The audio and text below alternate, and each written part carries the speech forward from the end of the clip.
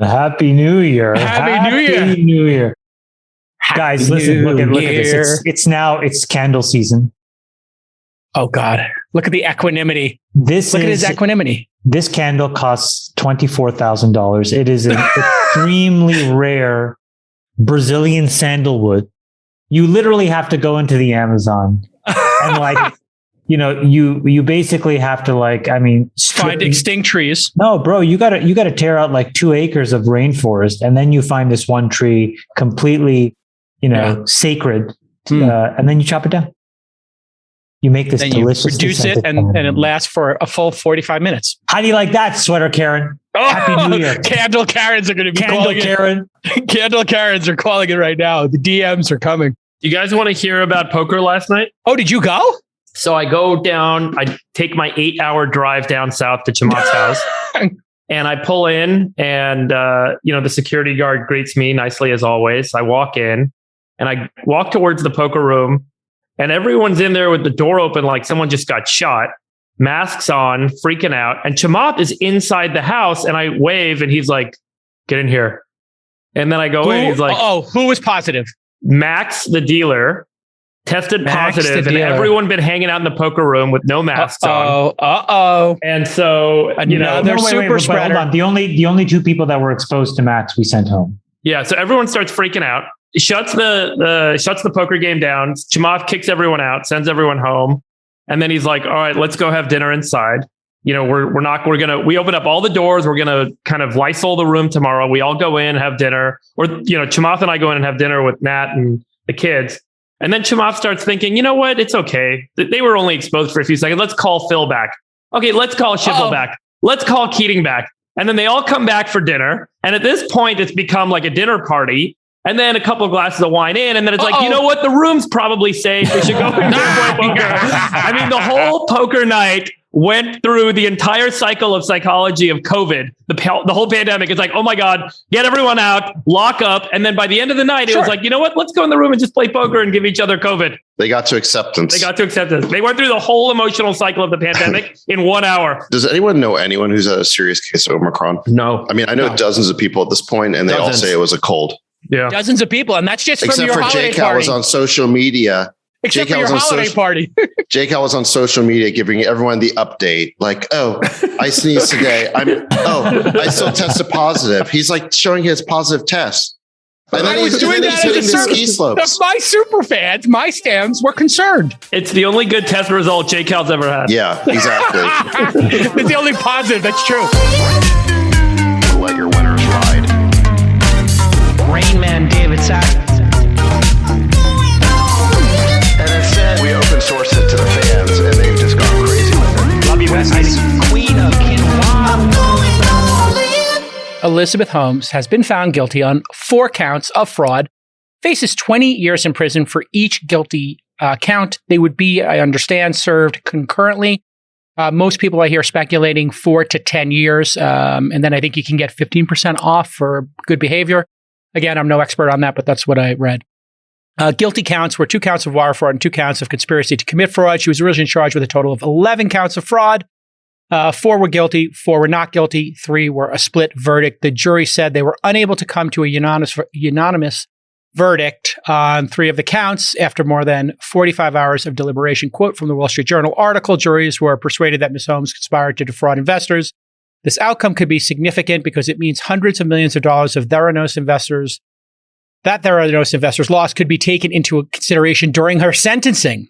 It's big numbers. The jury was split, however, on which of the 6 investors who testified were defrauded. The jurors convicted Ms. Holmes on 3 counts. These included $100 million from the family office of former education secretary. We know the details, Jake Hal. I was like doing it for the audience. So anyway, thoughts on the legal technicalities of the case, Counselor Sachs. Well, we've talked about this before. I mean, I think so. At the end of the day, she was convicted on the counts related to deceiving investors. She was not on the counts related to patients. I think that makes sense in that her obligations to investors are very clear. Whereas I think the patient related duties are, I mean, she had them, but it's a little bit less clear. So, I mean, look, it's what we've always said here. As a founder, you can be as messianic as you want to be. You can promise, anything about your vision and what you intend into the future, but what you must do is be accurate about the current state of your business. You cannot lie about the deals that you've made, about the current capabilities of your product.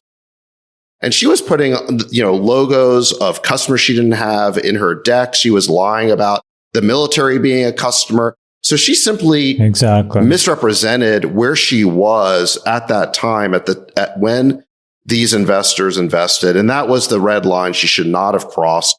And I think in that sense, it's a pretty simple case. I think, the part of this, again, the piece of this that's interesting is not the case itself, but really the media coverage, because the media wants to portray this case as an indictment of Silicon Valley. And the thing you keep hearing over and over again. None of us were involved. Well, it just factually, yes, exactly. We weren't involved. But there's not a single person in Silicon Valley, I think, who put in a single shekel into this thing, who actually does this as a real job. Tim Draper. Well, he does a seed Tim investment. Draper put in a little bit of money as an angel, and then he didn't put a single dollar in after that. I'm saying, you didn't come to Social Capital or to Craft Ventures or to Sequoia or to TPB or to Google to raise money for this thing. None of that happened. Sachs is right. Like the summary of the Wall Street Journal, Nick, you can post it because I put it in the group chat, basically summarized the fraud, and it's exactly what Sachs said. She affixed a logo of specifically, I think it was Pfizer, that had not validated Theranos' technology in materials she presented to investors. So she's basically like, Pfizer said this is a go. And apparently that wasn't true. She gave the false impression that the devices were used by the US military. That's what got all these military folks to sign on board and support it. That wasn't true. And then the biggest coup was that she signed a deal with Walgreens and Safeway to include its devices in hundreds of stores. And then many investors saw these contracts as an endorsement of the technology and growth potential. But basically, those folks did no diligence and bought the hype. And so it was just a whole cycle of this thing that basically fell apart because the tests didn't work. Freeberg, what are your thoughts as our life science guru? What's most interesting to me is how does this get to this point? If you're Elizabeth Holmes, you're 19 years old, and you start telling your story, and the more grandiose the story you tell is, the better the reaction you get is, it becomes reinforcing. And the behavior extends a little bit further and a little bit further. Every time she told a story about how incredible this tech was, it's just one drop. You take one drop, it can measure everything. When she simplified it and reduced it to that, and it was such an incredible statement, and she saw the reaction from people, she's like, wow, that works. Let me repeat it. It's like any good salesperson. They figure out what sells, and then they sell it, and then they repeat. And what's interesting to me that, you talk about the media, but when she went out and told her story and got incredible press coverage because she was a young female doing something that was going to save lives, there was this altruistic Steve Jobs-esque kind of combination here. The media wrote a glowing review of her. And then she said, wow, look, they said something great. Let me go do that again. And she got a bigger media piece written and a bigger media piece. And the more she said, the bigger she said it, the more she claimed she could do, the bigger the story got, the more coverage she got. And the whole thing became this kind of reinforcing cycle. And I do think that the press coverage that she got as she was building this business, which helped her raise capital, helped her attract employees, helped her get Walgreens and Safeway to the table, allowed her downfall. It allowed her to build the business, but it's exactly what created the narrative that wasn't true. And so the coverage that the press gave her, and we see this every day. You guys all see these top 50 companies. And we all know, having met a lot of these companies, as you go down that list, this 20 companies are total scam companies. They're fraud. They're not going to work. They're grifters. All the stuff that you guys might say about the quality of those businesses. But the press reporter isn't doing diligence. They're not it turns out all the diligence was done after the fact. And then it's like, well, maybe we should go do some diligence. Oh, wait a second. Because the press coverage has now created this hyped story about who and what she is, the diligence actually pays off. Because you have something to take apart. If she was just a nobody startup that raised $30 million and they're still trying to figure out their way, there would be no value in any reporter doing diligence on her and trying to figure out what was actually there. It was because the story got big that it gave everyone, including John Carreyrou, an incentive. He's the Wall Street Journal reporter who broke all this, an incentive to go in and take this thing apart. And so I think it's really unfortunate and it's really self-reinforcing that the press coverage that created the circumstance here ultimately also enabled the press, to take the thing apart and, land this woman in jail. And I'm not saying she did nothing wrong, but I'm just saying that there's a system here.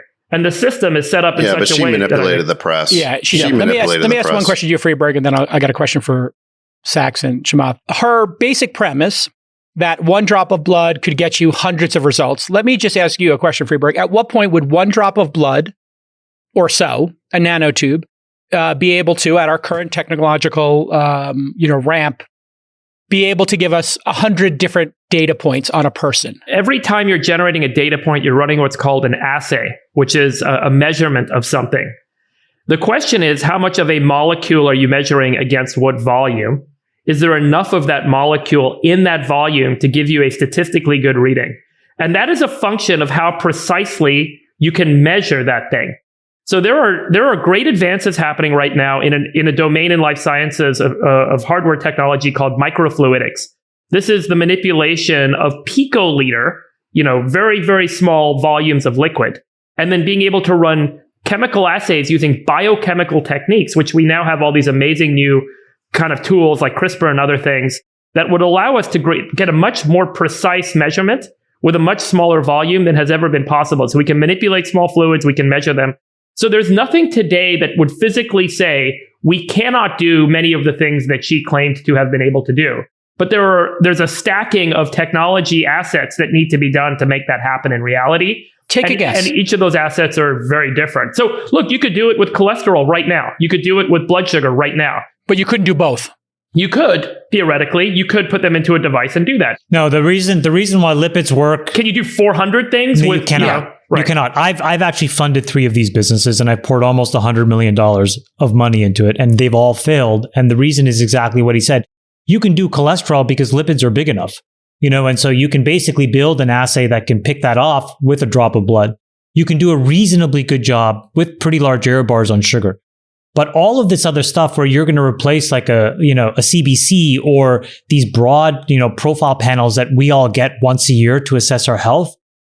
Today, I don't think that that's necessarily within reach. It's not within technological reach. And it's not because people aren't, smart enough. It's just that not enough of this investment is happening, because then you go back to this whole idea where the funding cycle needs to see a big payoff for the capitalists to want to get involved in this thing. And there really isn't. It's not as if like Quest and LabCorp are printing $400 billion of revenue and profits. And so it's not like there's a massive economic incentive to run in. And so even when, we have tried on multiple occasions with completely different teams of incredible people, every single time we have failed. So there's a physics law here that's just not physically possible. She made this claim, Sachs. Remember, and don't make it broad. There are things, there are molecules, there are pathogens, there are things you can absolutely detect. Small molecules. Small molecules. You can detect with a drop of blood. Counting how many blood cells you have in your whole body, using an estimate from a single droplet of blood, because we have these machines called flow cytometry machines where we sort blood cells, and then it'll tell you how many red blood cells you have and how many different kinds of white blood cells. That's a big part of your annual checkup that you'll typically get. You need a good amount of blood to get an accurate reading on how many blood cells there are. Using lasers and these sophisticated machines, can you reduce that down to a droplet? Physically, probably not, right? And so it's not universal to say this is possible, it's not possible. There are elements that are absolutely possible, some of which are being done today. And there are some things that are going to be very hard to pull off. Got it. And she was making these claims as early as 2003 when it was founded. So we're talking about 19 years ago, and we're saying here it's not going to be possible to do hundreds of these things, maybe in our lifetime. We're talking about decades from now. We need to be some significant breakthrough. Sachs, let me ask you a legal question.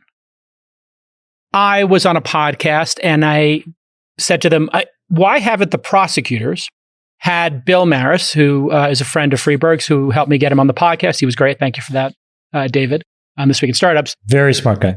Very smart guy. And he came out publicly when he was running Google Ventures. And he said, we looked at it a couple of times. He's referring to Theranos. But there was so much hand waving, like, look over here, that we couldn't figure it out.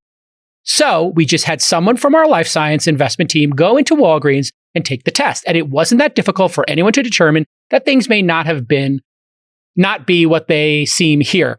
Now, Sachs, I was on this podcast, The Dropout, which I think is an ABC News one, and I said, why didn't the prosecution bring up, GV, let's assume Sequoia, Andreessen, and, the 20 top firms in the Valley who said no. And they all said no because she wouldn't show them due diligence. And I asked them, why didn't the prosecutors bring up those 20 firms and compel them to testify about why they didn't invest, to give the counterexample? And she said, I don't know. Wouldn't that have been a much better strategy to say, here are the credible people who didn't invest? I'm not sure I see the relevance of that, because Elizabeth Holmes' crime was not promising something that she couldn't ultimately deliver on. It's okay to fail in Silicon Valley. One of the best things about Silicon Valley is that we don't punish failure. Her mistake wasn't making misrepresentations to the people who did invest. Right.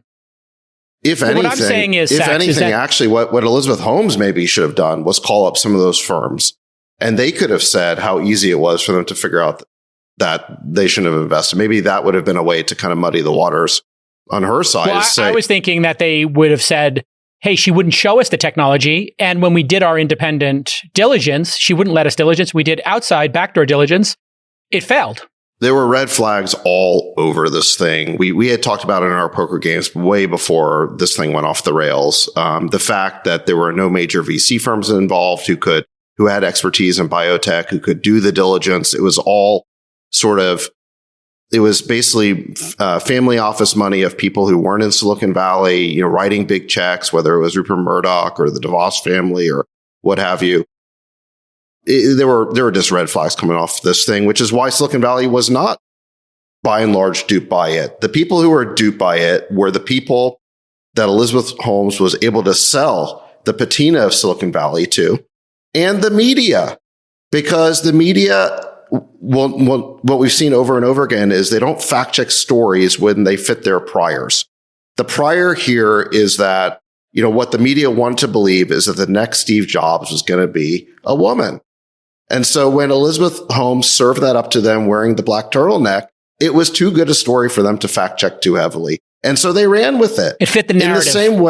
In the same way that, the ivermectin hoax that Rolling Stone ran with was too good a story to be fact checked because they want to believe that the MAGA people in Oklahoma were eating horse paste. I mean, no, there's 100 better examples of just to be generic Sachs, of other startups that we all know are total nonsense. And total nonsense. And the reporters write up about them. There's a fraud in biotech going on right now that David and I saw up front. I mean, it's like, this stuff is crazy. It's really, really crazy. So look, I mean, I think the moral of the story for entrepreneurs, I think there's a couple of takeaways here. Number one, you got to be really clear with the present state of your business. It's okay to talk about your grand vision and what you're going to do in the future, but you cannot be inaccurate in any way with respect to your current numbers and partnerships and deals and current capabilities. I think number two, when you start working with the media in this way to promote your company, you're playing with fire, because the media really has two kinds of stories. They build up and they tear down. And when they're done building you up, they're going to tear you down because that's the only story left to write. So if you're going to go court the media in that way to try and get publicity, you better be really careful how you do it. And you better be really accurate. And you better not give them cause to later regret pumping you up, because they will tear you down even harder if you do that. I think the more important danger that I just like to speak generally to for a second is to not let other people do your thinking for you. The investors that came into this business came in under the assumption that this was a real business because the press had written about it. And the press wrote about it because the general had joined the board. And the general joined the board because his buddy, George Shultz, said, hey, you should meet this lady.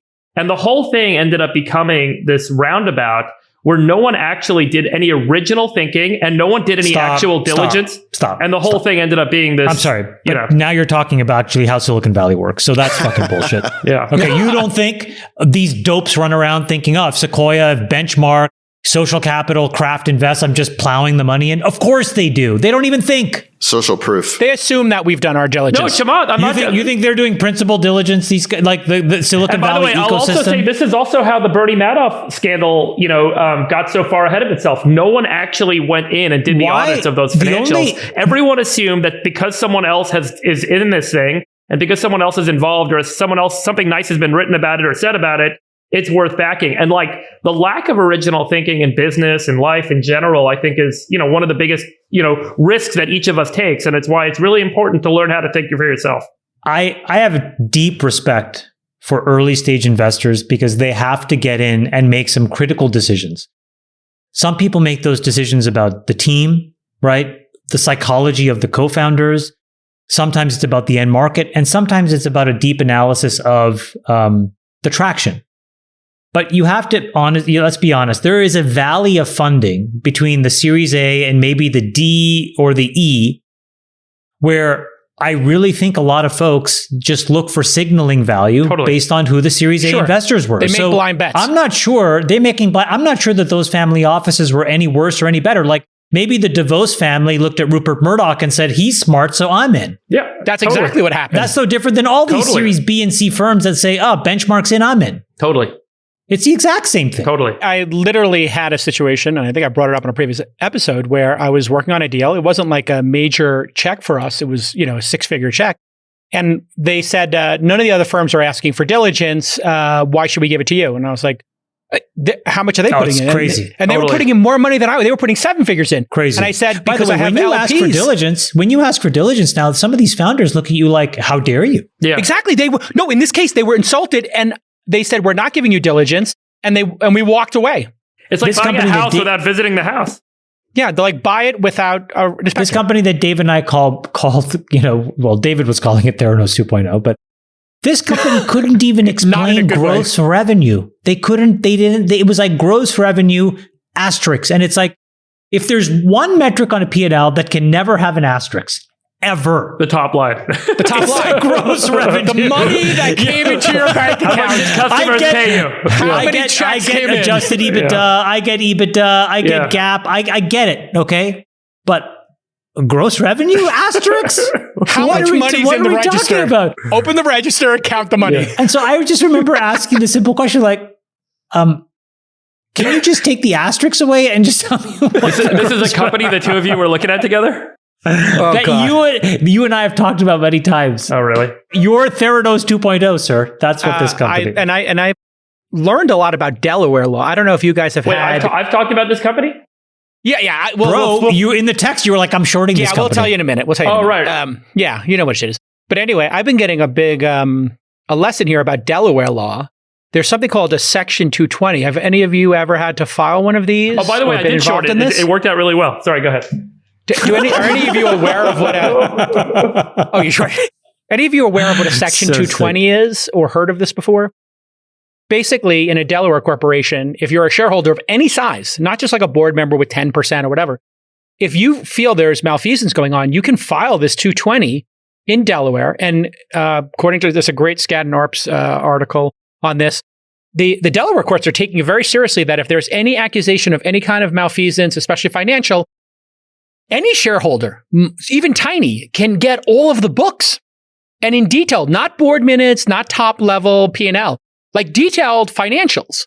And so for people who are running companies, and if you're involved, this is private companies too, or this is in private companies. Look up Section 220 of the Delaware General Corporate Law. I remember at Facebook because we had these vagaries of having to control shareholder count or stuff like that and information rights. Yes. We actually kept the financials on a physical computer that was not connected to the internet. So the people that wanted it would actually have to come to our office, and then we would put them in like a windowless room without their phone or something. I think that's how they avoided people filing 220 requests.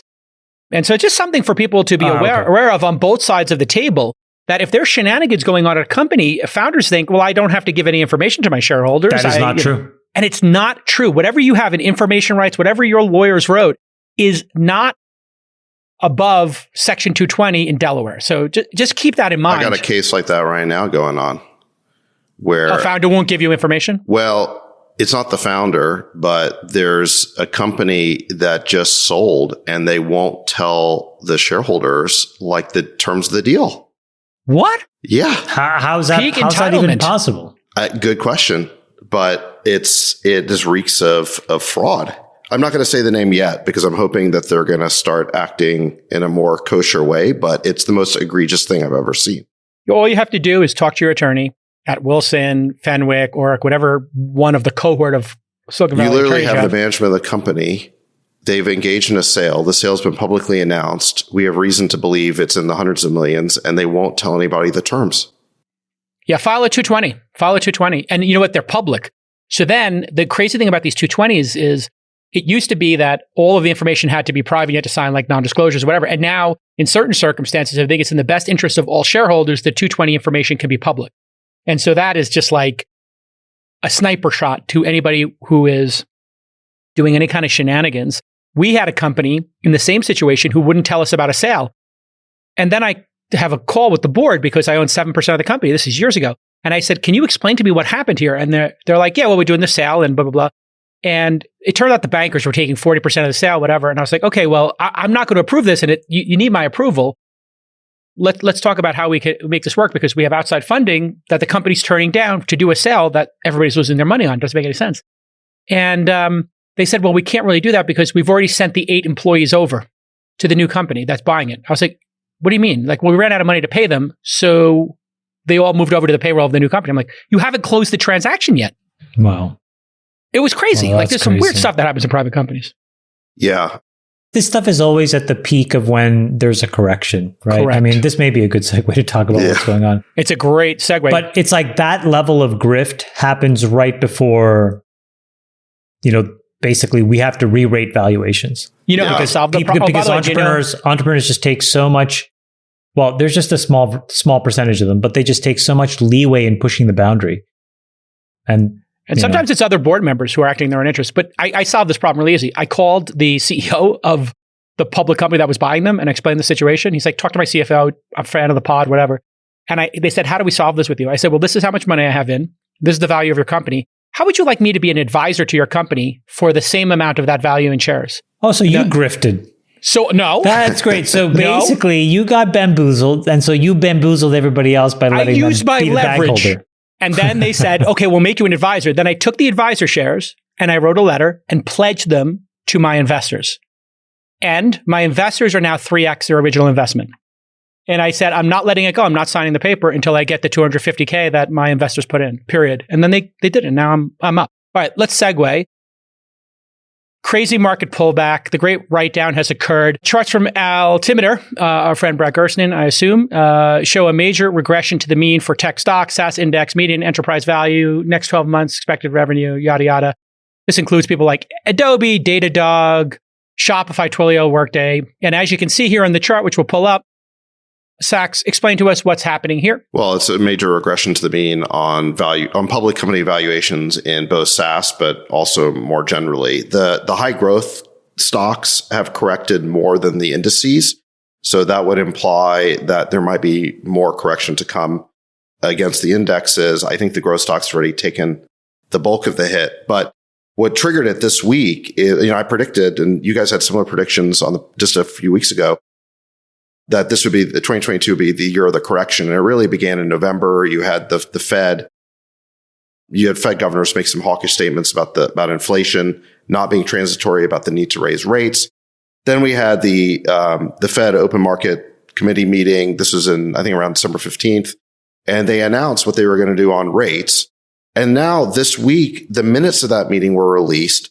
And it basically, it said something that was completely different than what they announced to us just 3 weeks ago.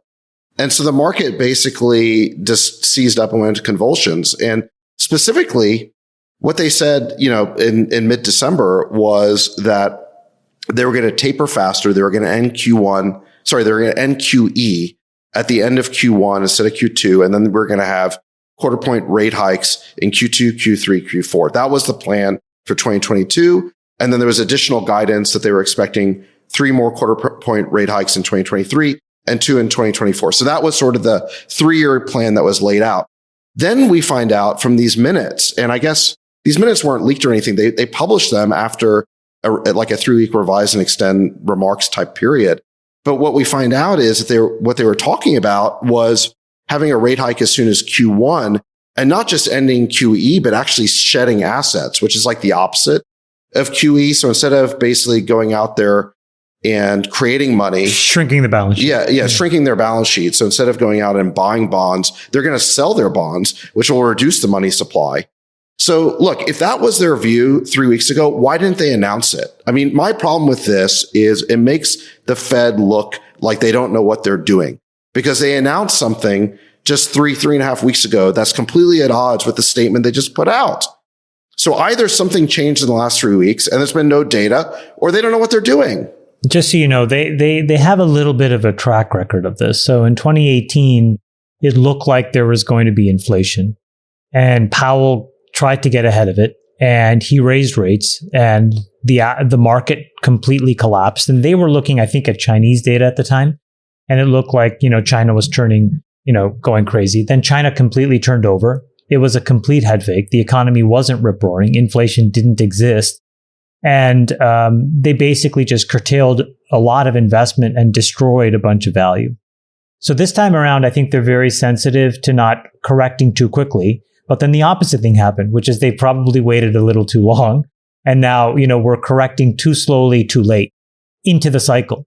And we're just sort of digesting that reality. And so I think that, we're probably, to be honest with you, we've puked it all out for the most part, in my opinion. You have to remember, right? Like the big difference between now and even 10 and frankly, more importantly, 20, 30, 40, 50 years ago is how many computers are involved that trade, how much passive money is involved that owns assets, and how much of this stuff is sitting on the sidelines still in money market accounts and munis. So if you look at those markets, there is a ton, trillions of dollars waiting to find a home. And what we've now done, and Brad's charts show this, is we've basically chopped the head off of all of these fast-growing growth multiples. The underlying companies have not changed one scintilla, right? These companies are still growing by crazy amounts. Like Snowflake is still an incredible business. Unbelievable. But the multiple that one was willing to pay has been very much re-rated, as is a bunch of other companies. So let me ask you a question, Chamath. If we've gone from these 50, 60, 70 multiples times sales, and now it goes back down to 20, is that, dare I say, a buy signal? Well, and will those trillions of dollars start moving back in? Because who wants to be in a money market? I don't know. And I can't really call these things. But a really smart person that I talked to this week, he actually liquidated everything in October and November.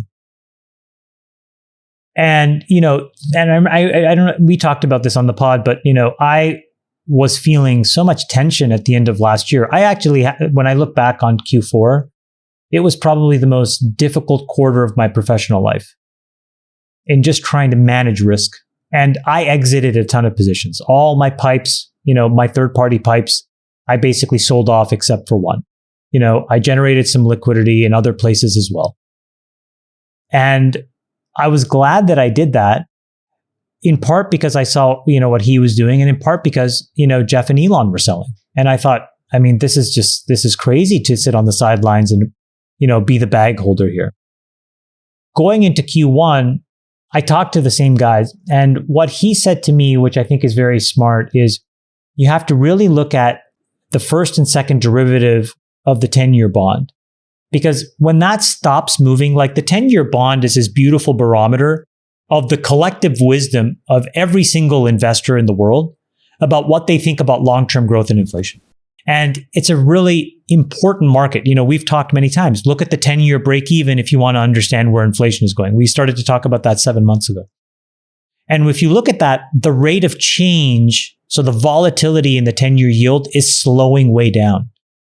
And if that continues to hold, that means that people are really saying there's a small amount of real inflation, a reasonable amount of transitory inflation, and we're about to kind of wash most of it through the system with, 100 basis points of rate hikes. And if that's the case, then you may see a quick pullback, in Q1, and we're back to the races again because of all this other money that's going to say, I got to get back in. And if you look at all these corrections in the world of computer traded algorithms and ETFs and passive money, and it's all, the snapbacks are so fast. You correct 20% and then whoop, you whip it back and you go. So I don't know. I mean, that's one view based on the past. But and when you have these big swings, remember, it's not that every issue moves perfectly in sync with every other issue. So there are these call it over adjustments that happen within a cohort. So within a group of companies, some of them will trade down much farther than others. The multiple will compress much further than others. And there's certainly opportunities within, as there is in any market that's moving quickly, to find businesses that now are priced as mature, non-growth value businesses, and they're profitable and growing. And there's a bunch of those out there now. And that wasn't the case a month ago. I don't think a single thing in the last quarter has changed in the underlying fundamentals of the majority of businesses that are public. And I actually think for the most part, nothing has really materially changed for the majority of private companies. All that's changed is what you're willing to pay in the future for it. And the one thing that hasn't changed is what you're willing to pay in the future for the private businesses. So the real question, for Sachs and, for the active investors in the private markets, which I don't know what to think about, is will the haircut that we've all taken in the public markets spill into the privates? And it's starting. It's starting. But it feels to me, it's not just about what's going to happen with new emerging growth companies. But I mean, you guys correct me if I'm wrong, but there are hundreds of companies that have raised billions of dollars at valuations that if they look in the public markets now, they are never actually going to achieve if they were to go public in the next 3, 4, 5 years based on their projections. So to your point, so there are 900 unicorns right now. 900. And so once you get to, look, it's one thing to be a $200 million company and sell to Microsoft or whatever. But when you're a $1 billion company, there are very few buyers. And I just want to point out there's a huge disincentive for an investor or a shareholder, a VC or a private equity firm, to take a big write down on a company like that. And so there is always this push to what do we do next? And it creates this certainly, I can tell you, yeah. I'd love your point of view, but this really like unhealthy tension, because to take a write down on 900 unicorns is going to cause a write down of hundreds of billions of dollars across all VC portfolios in aggregate. Because they're not going to end up going public at, sorry, just to finish your thought, because the end market is only to go public. There are very few companies. There are no M&A exits. Yeah. There are and not in the billions of dollars, because you have to think one or two. Big tech is off the sidelines. Okay. Yeah. Even if you look at like Visa and MasterCard, they're not going to be allowed to do big deals. Nobody's allowed to buy these big companies. There'll be mid-tier M&A. I have an example that I can tell you. Mid-tier maybe, but my point is when you have 900 companies worth $1 billion and plus, they have to go public.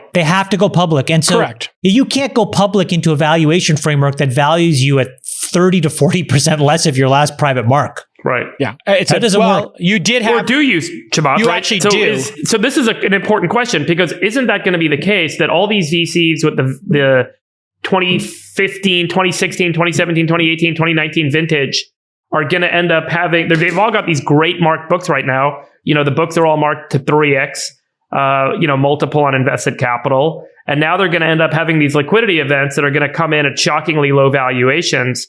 And there's going to be this great write down and retrenchment. I can tell you there's a couple of examples. One is The Athletic yesterday, which had raised money at $500 million just 2 years ago, just sold for about $500 million to the New York Times. And those investors basically put money in and they got their money back. It's a push. So I think you're going to see a lot of these pushes. Point. No, I'm agreeing with you. Yes, I'm going to give you the examples. Then there's also mid-tier acquisition by a mid-tier acquirer. And so there'll be plenty of those that occur. So there'll be a lot of pushes, I think, is my prediction of those 900 unicorns.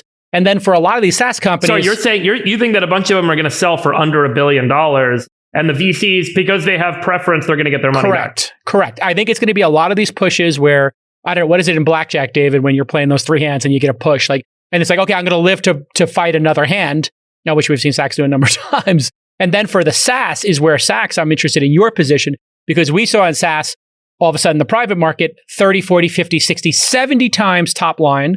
And now it's gone back down to 20, 30, 40. So those companies now basically have three. The public markets have, but I don't think the private markets it has happened already. Everybody's pausing. And so for the people who raised that 50x, congratulations, you did the right thing.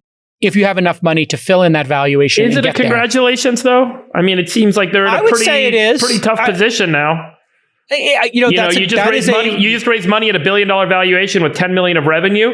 You're like, or 20, let's say 20 would be the more likely. I mean, like, what are you going to do? What are you going to do in your next round? Because you're burning 100 million a year now, or 40 million, or whatever it is you're burning. Almost all the companies I've seen in this exact situation you're talking about have that 20 million. They got $1 billion. They raised 100 million or 200 million. And they're basically now saying, okay, we got to make this last until we can catch up to that valuation and get to 50 to 75 million. So I think I would take that deal as a founder and as an investor because it takes out the downside. And now you just have to worry about catching up to the valuation and you have 4 years of runway. They're not going to, they're going to right size the spending. No. Those companies do not, those companies absolutely do not have 4 years of runway. I will bet dollars to donuts they have 2 years or less. And most of these companies have 18 months. Which means they got to be raising in 6 to 9. No, they're changing their spend and they're changing their targets. How are they changing their spend? They're not firing anybody. You're not hearing about layoffs at startups. Okay, all right. You're not hearing about it, but maybe they're changing their forward-looking growth plans. What are you seeing, Sachs? I'm telling you what I'm seeing. What are you seeing, Sachs? I think that the trickle-down effect is inevitable, but I'm not sure it's fully kicked in yet. It's going to take a few high-profile deals to land at, say, 50 times ARR instead of 100 times ARR in order for everybody to know that there's a new valuation level. So if you look at the altimeter chart on public SaaS multiples, let's see. I mean, Nick can pull it up. It's the SaaS index. It shows median expected value to next 12 months revenue. And during this sort of late 2020, early 21 period, it got as high as about 15 times the historical next average. Year. Yeah, for next 12 months revenue.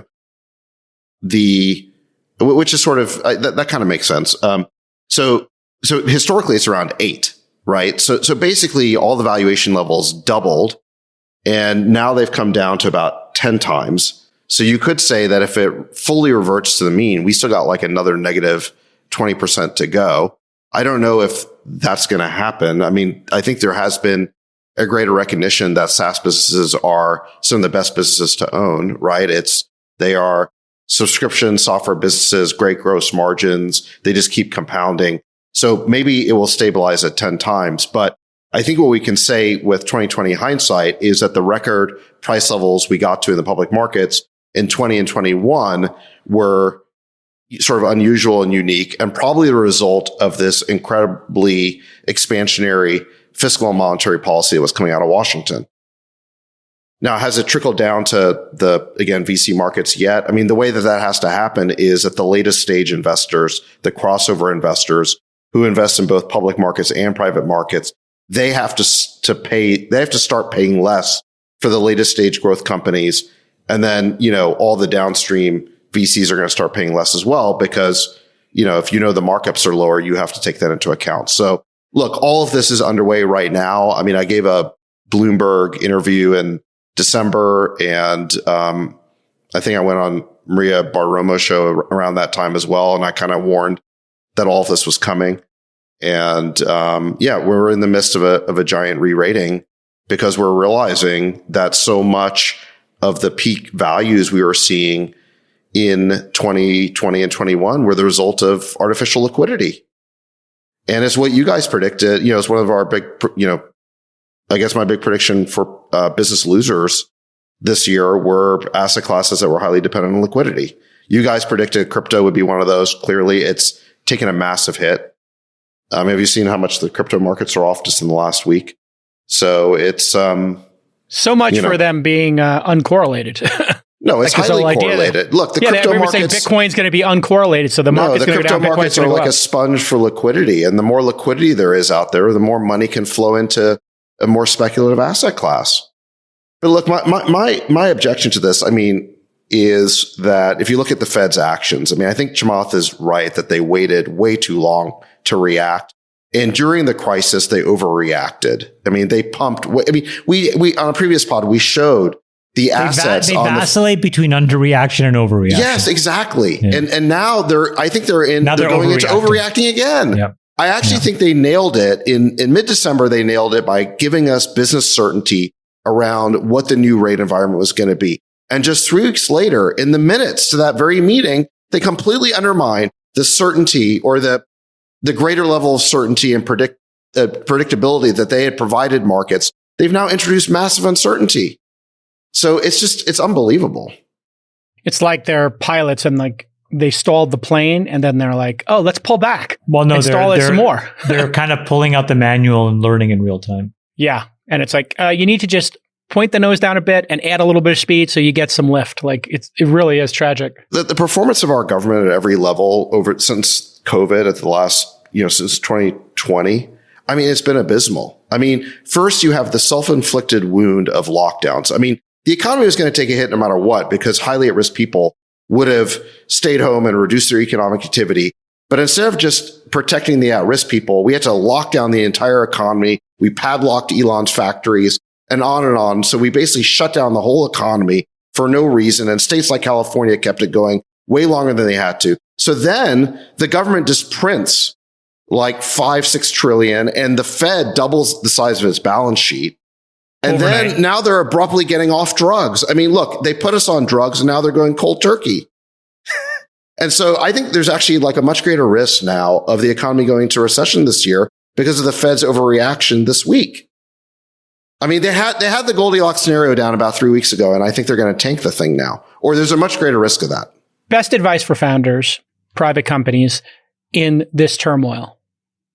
What's your best advice, fam? You're a founder. You got, 18 months of runway right now. You're going into this, slush, and you want to know, what should I do? What should I do? I think Paul Graham's advice makes the most sense here. You need to focus on being default alive. Define what that is, just for people who don't know. So, Paul Graham wrote this great essay as part of what he's the founder of Y Combinator. And, he has this very simple, framework of looking at companies, which is your default dead or your default alive. And when you're losing money as a company and you're burning enormous amounts of cash, you're default dead. Now, if you're growing fast enough, default dead is a great strategy for value creation. But at some point, everybody around you will expect you to be default alive. And what that means is that the cost of what you do are less than the revenues you bring in when the result are profits. And even then, that's not good enough. I don't know if you guys saw, but if you look inside of big tech, I was shocked to find out that, for example, companies like Microsoft specifically and Apple, these guys trade at huge forward multiples, right? For enormous profitability. But companies like Facebook and Google, for the same level of profitability, trade almost a third less in terms of multiple. So even when you're that good, it's not good enough to be default alive. That's how hard this game is over very long periods of time. And so when you have a moment to really understand how to be default alive and you don't take it, I think it's a huge disservice because we don't do enough of that kind of coaching that really inflicts that kind of discipline and expectation setting. I remember I have a large climate investment. It's actually the single largest investment I've ever done. And so I sweat the details pretty significantly. And, I was with the team in November, December for board meeting and setting up 2022. And my whole thing was, guys, you have to get default alive. You have to get contribution margins to be in a certain band. We are going to target this level of free cash flow generation this year. And there's no ifs, ands, or buts about it. And what's great is the entire team embraced it and we're marching towards that. But if they didn't and they're like, no, we're just going to grow at all costs again. Oh my God, I would be freaking out right now. Freeberg, what do you have to add to that as advice to founders who have not been through this before? I built my business, my Climate Corp. We raised a round in November of 2007. We raised $12.5 million, and then the financial crisis hit in 2008. And I'd say two things were really important. Number one was just keep building. So if you're building a great business, it doesn't matter what the market perturbations are. The market will value you at what they're going to value you at. And if you're a good business, there's going to be money available to you. The second piece of advice is one that I know has been said over and over again, but, never raise at a valuation beyond, what you're reasonably going to be able to kind of deliver returns on at some point in the future. Because otherwise those nasty dynamics emerge. You could raise money at some crazy high valuation. That's not always the best thing to do because then the expectation of the investors coming in at that valuation are they want to make 3 times that money or 4 times that money. And it pushes you to do something unhealthy, like spend more than you otherwise would, stretch for a bigger outcome, and put your entire company at risk. So, two things to me have always been just stay focused on building your business. Don't let, kind of market conditions drive your decision making. And second, define what for you is the best practice of staying focused on your business, because that is a very general term. What is Freeberg, if you're going to say the top three things of focused on your business, tactically means? I have a simple rubric for value creation in a business. Number one is, can you make a product? Number two is, do people want to buy your product? Number three is, can you make a positive gross margin selling that product to those people? Number four is, can you make a return on the marketing dollars you have to spend to generate that gross profit? Meaning, can LTV exceed CAC? And number five is, can you scale the amount of money you deploy to grow your business such that as you grow, the return goes up, not down? If those are the five kind of things you can accomplish in that order, you can build the next Google. And then the sixth thing is, can you be a platform, which is meaning, can you transition to being a multi-product company that gets leverage out of the user base or the technology that you've built? Got it. And so, if you kind of think about multiple revenue streams, multiple revenue streams using the same customer base or multiple products or, whatever. And so if you can achieve those six things in that order, every step of the way, every increment you can make across that spectrum drives significant value as a business. Ultimately, what the multiple on your business will be is purely going to be a function of what else is going on in the world, things that you cannot control. And so if you're driving your decisions about building your business using that first rubric, good for you. You're going to succeed. You're going to have money available to you. Awesome. If you're driving your decisions based on what the market is telling you to do and what the market is saying is available to you and money and all that sort of stuff, you're setting yourself up to basically be, blown But out. are you also saying to be independent of valuation? Yeah, I'm always of the opinion that you shouldn't raise money beyond your into a valuation that you're not comfortable saying in different market conditions or what have you, I can return multiples. Well, to my I don't investors. think any founder has ever, most of these founders were not around in 2000 and they or most 2008 but even 2008 was less important in my mind because it was fast. And again, we had government stimulus. So, I think 2008 was an aberrational moment. I was in the middle, inside of Facebook and I was like, what the hell is going on here? The government's going to step in and, with TARP printing $1 trillion or whatever it was. It didn't affect you guys.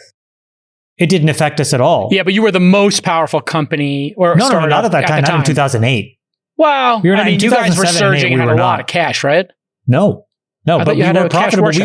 Here's the thing that people don't realize with Facebook. Google was profitable from day one too. Yep. We were always default to live. I want every single person listening to this to understand this. Okay. We sold poker ads for party poker in big banner ads on Facebook and we made money. Yeah. You got the bag. You got yourself independent. We were profitable. Okay. So I don't buy this argument. That argument of unprofitable growth is a vestige of fund dynamics and VCs who want to raise larger and larger funds to line their pockets with fees. It's a function of what I mentioned before, which is if you can think about the context of a portfolio of those bets, it makes sense. But if you think about your business, it doesn't make sense. In 2000, that didn't make sense. You could not run an unprofitable growth business. The money would not have been there. Right. And the real reason is that was a market check, meaning you had people reallocating capital because risk rates were different. You could put money at 6% in US 10-year bonds.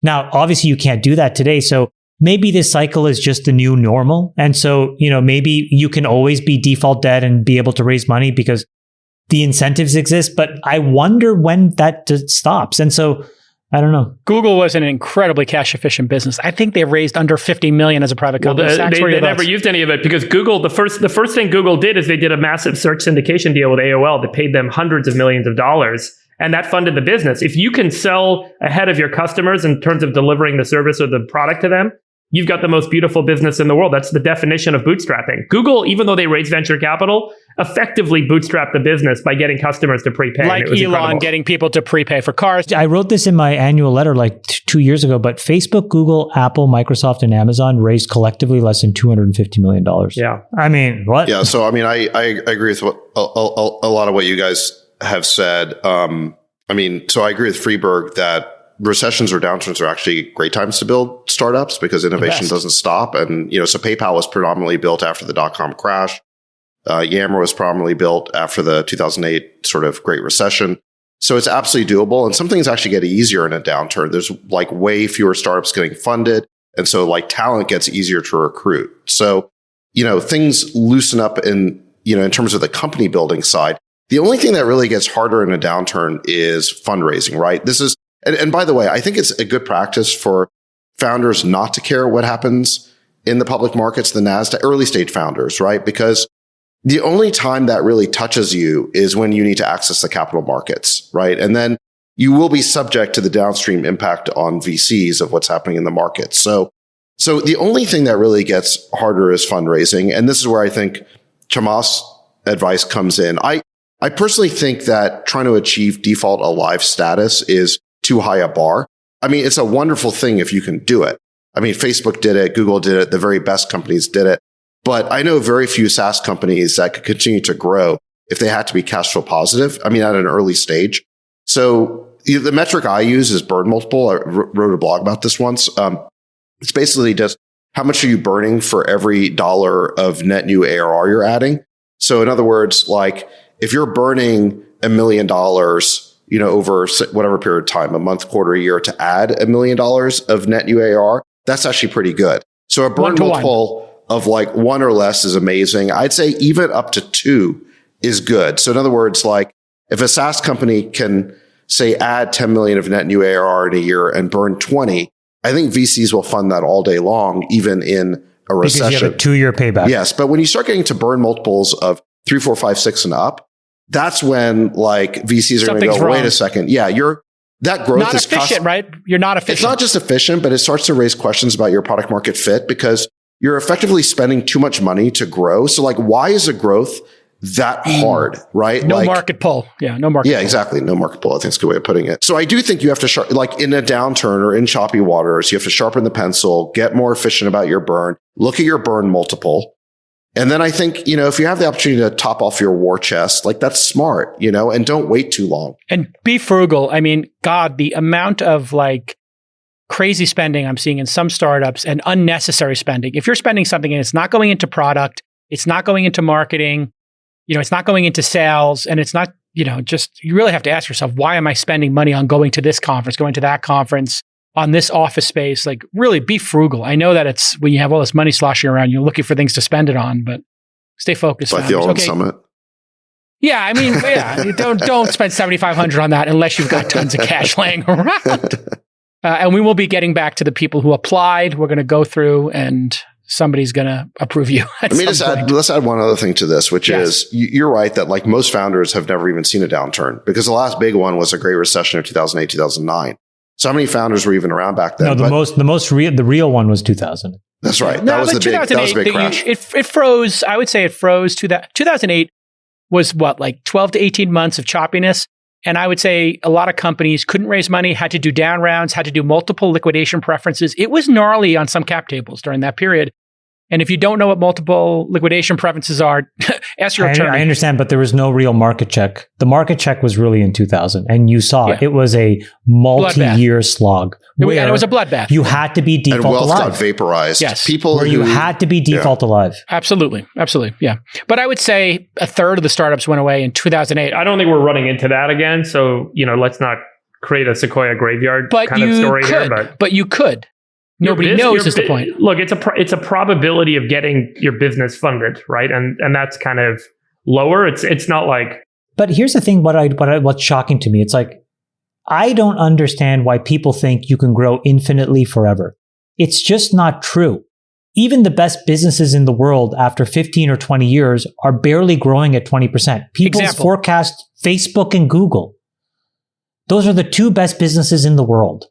But isn't the question what kind of growth VCs are willing to finance? No, what I'm saying is if you know that your terminal growth rate, if you are one of the best companies ever created ever, is 20% in 20 years, it doesn't take a genius to do a line of best fit between now, where you're at 100% in 20, and realize that at some point, if you don't figure out how to make money by selling what you're selling, there's a lot of people who will be smart enough after enough historical data has come through the transom or come over the past to realize that these things are not that fundable. And this is what's shocking to me. It's like that data is hiding in plain sight for anybody to look at.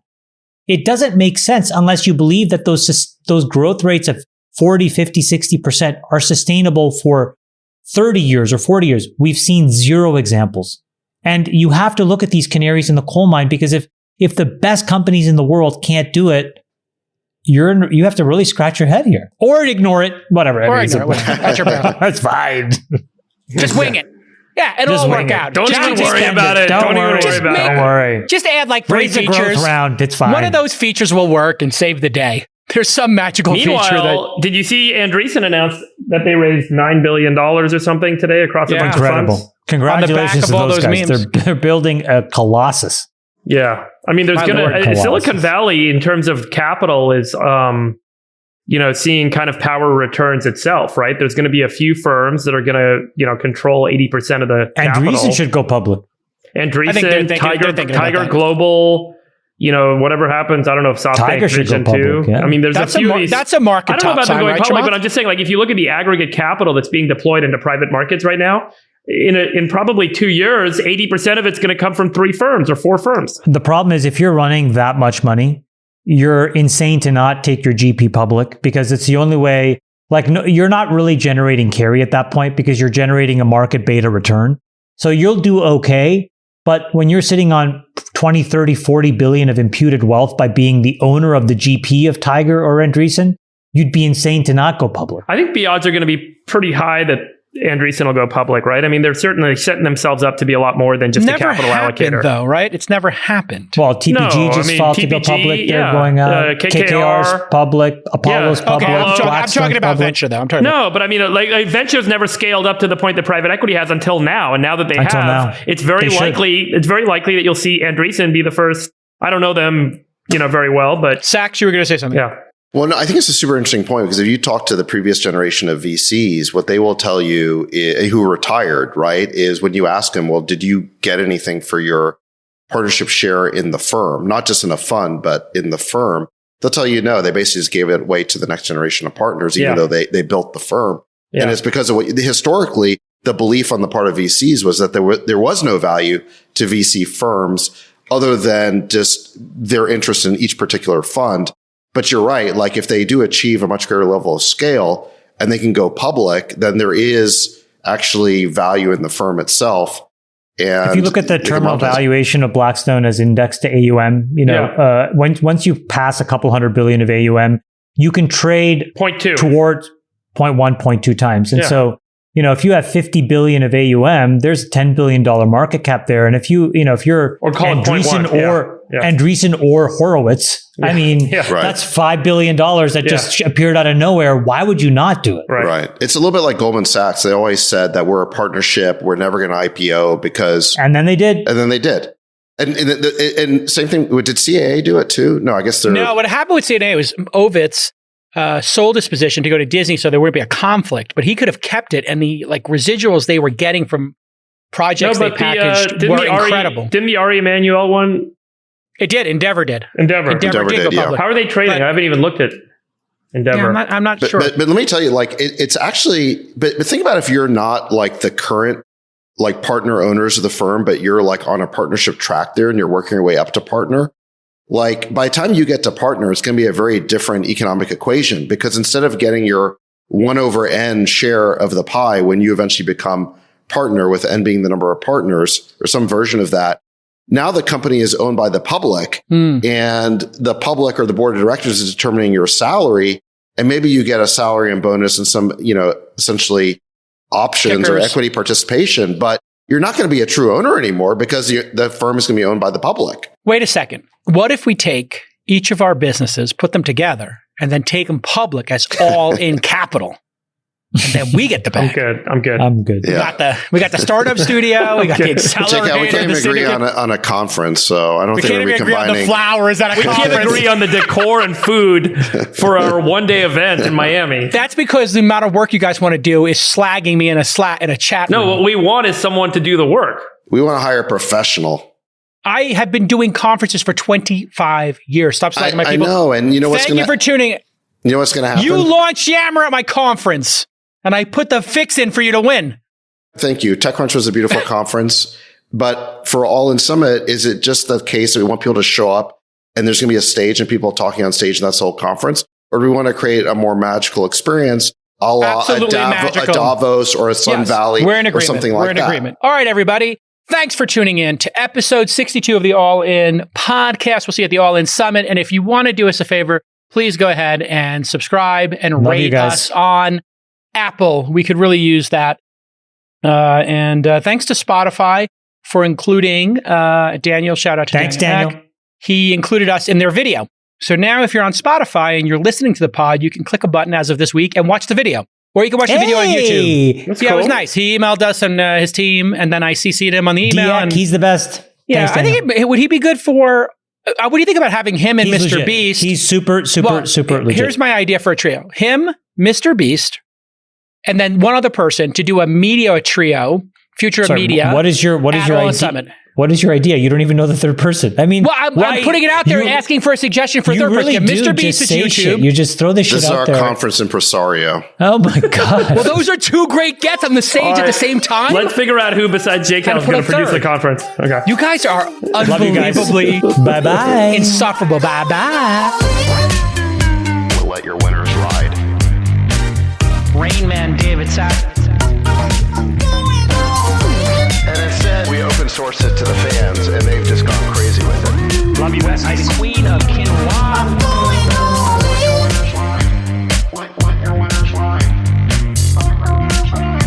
Besties are back. That's my dog taking a notice in your driveway.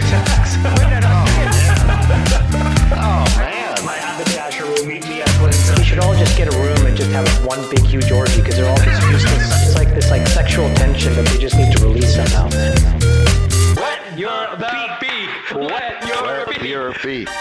What? We need to get merch. Besties are back. Going all in.